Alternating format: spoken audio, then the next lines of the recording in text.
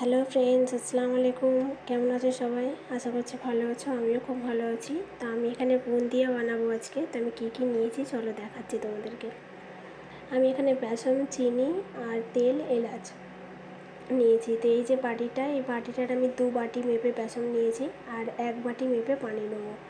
মানে যে জায়গাতে মেপে বেসন নেবে সেই জায়গাটার অর্ধেক পানি দিতে হবে, এটা নিয়ম। তো এতে একসঙ্গে দিলে হবে না, একদম অল্প অল্প করে দিতে হবে। আর এই যে দানা দানা দেখাচ্ছিল ওইগুলো থাকলে হবে না, একদম ব্যাটারটা একদম যেন প্লেন করতে হবে। কোনো রকম দানা ভাব থাকলে হবে না, একদম প্লেন নর্মাল ঠিক ব্যাটারটা ঘন যেন এরকম হয়, পাতলা করলে হবে না। তো আমার এখানে রেডি হয়ে গেছে। এবার আমি চিনির শিরাটা বানিয়ে নেব। তা আমি যেই বাটি মেপে আমি বেসন নিয়েছিলাম 2 বাটি, তো ওই বাটি মেপেই আমি 1 বাটি চিনি নিয়েছি আর 1 বাটি পানি ওই বাটি মেপেই নেব।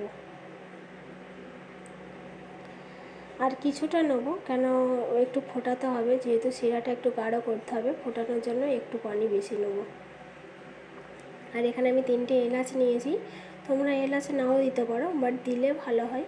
তো আমি এলাচের মুখ ফাটিয়ে আর দিয়ে দিয়েছি। একদম গুঁড়ো করে দিলে হবে না, শুধু মুখগুলো একটু ফাটিয়ে নিলেই হবে। তো শিরাটা দেখো এখন এখন পাতলা মতো দেখাচ্ছে। তো আমি এখানে অল্প নুন অ্যাড করেছি। নুনটা দিলে মিষ্টি ভাবটা একটু বেশি ভালো লাগে। তো ঠিক এরকম করে ফোটাতে হবে। তো দেখো যখন শিরাটা কমপ্লিট হয়ে যাবে তো ঠিক কালারটা এরকম আসবে। তখন সাদা মতো ছিল, এখন হালকা লালচে আসছে। তো তারপরেও কিন্তু এরকম হাতে তুলে একবার দেখে নিতে হবে যে একটু চ্যাটচ্যাটে ভাব হয়েছে নাকি। যদি চ্যাটচ্যাটে মতো হয়ে যায় তার মানে শিরা একদম কমপ্লিট। তা আমার এখানে হয়ে গেছে, আমি ঢাকা দিয়ে নামিয়ে নিচ্ছি। আর এবার চলো এবার বুন্দিয়াগুলো ভেজে নেবো। তা আমি এখানে হাত দিয়ে দেখে নিচ্ছি কেমন কি গরম হয়েছে। তো ঠিক ভালো করে গরম করে নেওয়ার পর তেলটা, তারপরে গ্যাসের আঁচটা কিন্তু কমিয়ে দিতে হবে। তা আমি ছান্তায় করে করব। তো দেখো একদম গোল গোল কত সুন্দর হয়েছে,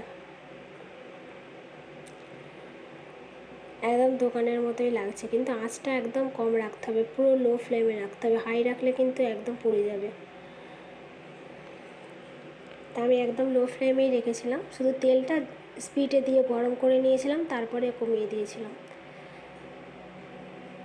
তো আমি এটা 2বার দেখাচ্ছি, এরপরে 3-4বার লেগেছিলো, আমার কমপ্লিট হয়ে গেছে। তো এই দেখো এখানে আমার হলুদগুলো প্রায় ভাজা কমপ্লিট। তো বুঁদিয়ার বেশিরভাগ 2 রকম কালারই থাকে, একটা লাল আর একটা হলুদ। তো আমি অর্ধেকটা বেসমের কালারই করেছি আর কিছুটা মানে অর্ধেকের বেশিটাই বেসমের কালার করেছি আর কিছুটা রেখে দিয়েছিলাম। লালের পরিমাণ কমই থাকে, তো আমি কম রেখে দিয়েছিলাম লাল করার জন্য।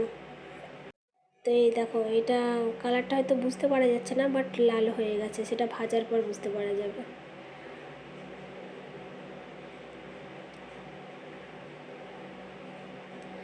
একটাও কিন্তু লাগেনি, একদম ছাড়া ছাড়া হয়েছে আর খুব সুন্দর হয়েছে দেখতে।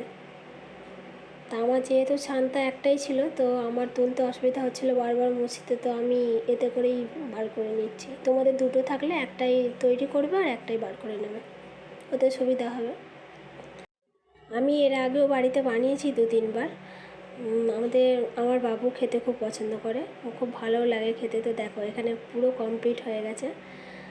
লালের ভাগটা আমি কম রেখেছি, হলুদের ভাগটা বেশি আছে। তো এবার চলো শিরাটাই দিয়ে দিই।